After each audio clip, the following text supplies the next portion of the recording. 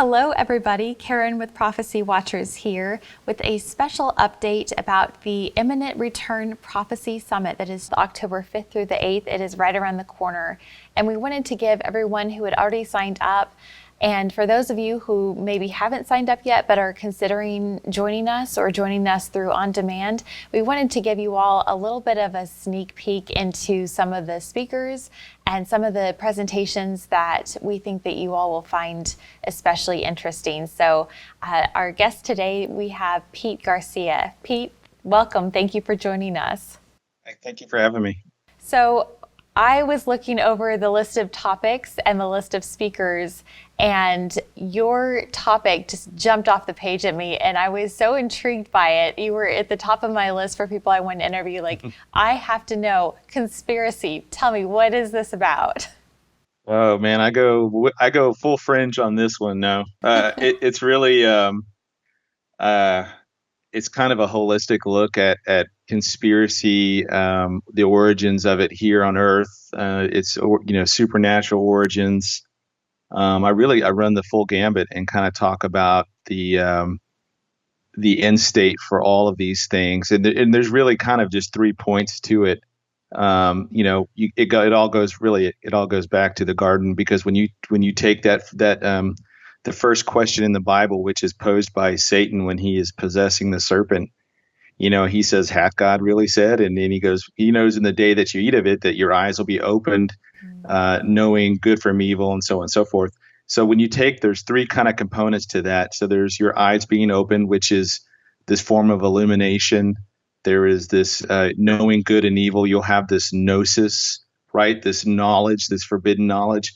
And then the last part of it is that you'll be like God. So it's this kind of this deification of man. And we can see this playing out through all of the old ancient religions, the pagan philosophies, the secret societies. And so I kind of dive into that and kind of take the long road around, looking at all the different things and how they really tie back into that first lie. Wow, that's a really interesting perspective that you brought it all the way back to the garden, because really that is true, that is the original conspiracy in so many ways. And so what exactly do you focus on? Like, is it spiritual in nature? Is it political? Is it government? Like, what kind of conspiracy do you focus on? Or is it just, like you said, the overarching view?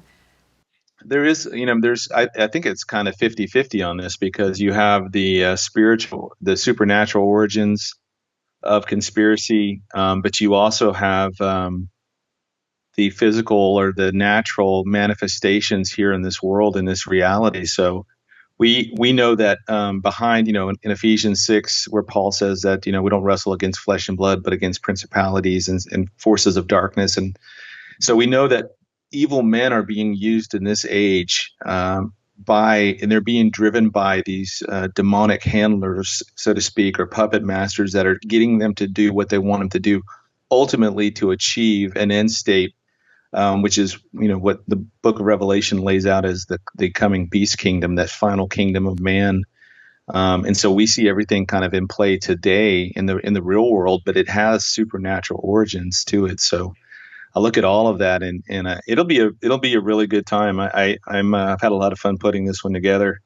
I think last year I asked Bob, I said, what do you want me to do? And he's like, well, if you do this, it'll have a lot of people. If you do, something else, it may not have as many people. And I was like, well, I'm going to do Jude. And he's like, oh, that's awesome. All right. So I like looking at the stuff that a lot of other people aren't really looking at. So yeah, well, I think the topic of conspiracy, maybe it's just my own personal opinion, but just from watching social media, especially over the last few years, I feel like more and more and more people are coming out with like their conspiracy theories and their beliefs about what's really going on and being so bold about it. And our society is not really rejecting those perspectives or approaches anymore. If you are a conspiracy theorist, you are like really knowing what's going on in crowd. So I think that your topic title is very timely and very interesting. And if I have any chance to get away from the tables, I'm going to be running to your presentation for sure. All right. And I also did want to touch on your other topic as well, because that one was also of interest. So kind of give us a little teaser on your other presentation, if you don't mind. So the other one is called Vanishing Point. Mm-hmm. And vanishing point is an optical illusion that if, for instance, if you're standing on railroad tracks and you're looking straight down the road of these railroad tracks, and eventually at some point they kind of come together. There's just a point where they kind of disappear into each other. And you could do this with any number of things that have the kind of the linear distance put in there. But it's an optical illusion. But when we look at it from the biblical lens, we have really kind of two overarching major signs for the end days. One is the nation of Israel, and the other is the convergence of signs, right? And when Jesus says, when you see all these things, know that I'm here at the door. So all these things, or all those things that he mentions on the Olivet Discourse, as well as all the other signs that were given throughout the rest of Scripture. So what Paul writes about and what Peter writes about and so forth. So those are the two tracks, if you will, going forward. Mm-hmm. And eventually they're coming to a point, right? And they're coming together. And I think that's where we are today. And so I've really had a good time with this one as well, because this one doesn't have a lot of slides. So, but one of the slides I'm going to spend quite a bit of time on. And it's basically, I show the world at the world of 1900, the way the world was in the year 1900, the way the world is today, and the world that is written about in Revelation 13. So how do we get from there to the Revelation 13 world? And I kind of show it in stages. And so that one's going to be fun, a lot of fun to go through. So both of these have been a really good. I really enjoyed. I've just kind of been like, what am I going to talk about this year? And then these just kind of popped in my head. So. Well, it sounds like you just let your imagination run wild, and the Lord used that to put these pictures in your mind. I love the vanishing point, the word picture that you had of the train tracks coming together. That's really a beautiful picture of where we are, and things are moving so quickly too. So we're like essentially on that train and very moving quickly to the Lord's return. So very excited for both of your presentations. Is there anything else that you want to share with us, or give us a teaser, or is anything else come to mind? The one thing I say will be different than last year, for me at least, is last year, prior to going into the conference, I didn't really do a lot of public speaking.